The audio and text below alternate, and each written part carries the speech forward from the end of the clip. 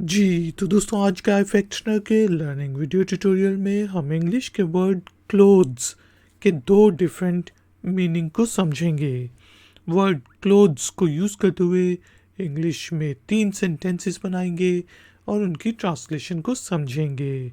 Tutorial ज़रा गौर से देखिएगा क्योंकि आखिर में है एक छोटी सी एक्सरसाइज। तो शुरू करते हैं जी अपना आज का इफेक्शनर का लर्निंग वीडियो ट्यूटोरियल। दोस्तों क्लोथ्स का जो बहुत ही मोस्ट कॉमन मीनिंग है वो है कपड़े, वो हम सबको पता है।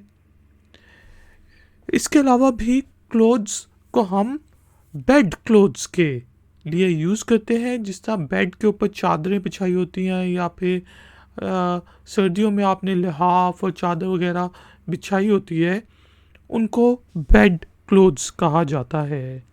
चलिए अब क्लोथ्स को यूज़ करते हुए इंग्लिश में कुछ सेंटेंसेस बनाते हैं। जिस तरह हमारे पास पहला सेंटेंस है, आई नीड न्यू क्लोथ्स, मुझे नए कपड़ों की ज़रूरत है। I need new clothes. इसी तरह you need to wash your bed clothes, या हम ऐसा भी कह सकते हैं you need to wash your clothes of the bed, यानी कि आपको अपने बिस्तर के कपड़े धोने की ज़रूरत है, बिस्तर की चादरें धोने की ज़रूरत है, लहाफ वगैरह धोने की ज़रूरत है। You need to wash your bed clothes.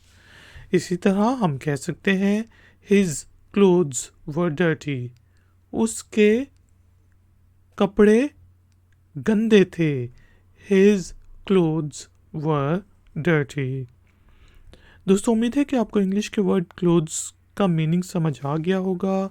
Time हुआ है एक्सरसाइज का।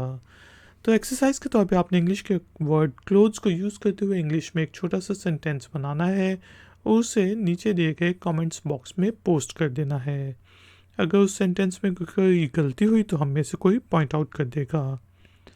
वीडियो पसंद आई है तो लाइक का बटन ज़रूर प्रेस करें, वीडियो को शेयर करें और अगर आप चैनल पर नए हैं तो चैनल की सपोर्ट के लिए और नई नई नोटिफिकेशंस के लिए चैनल को सब्सक्राइब करके बेल आइकन को प्रेस कर दें।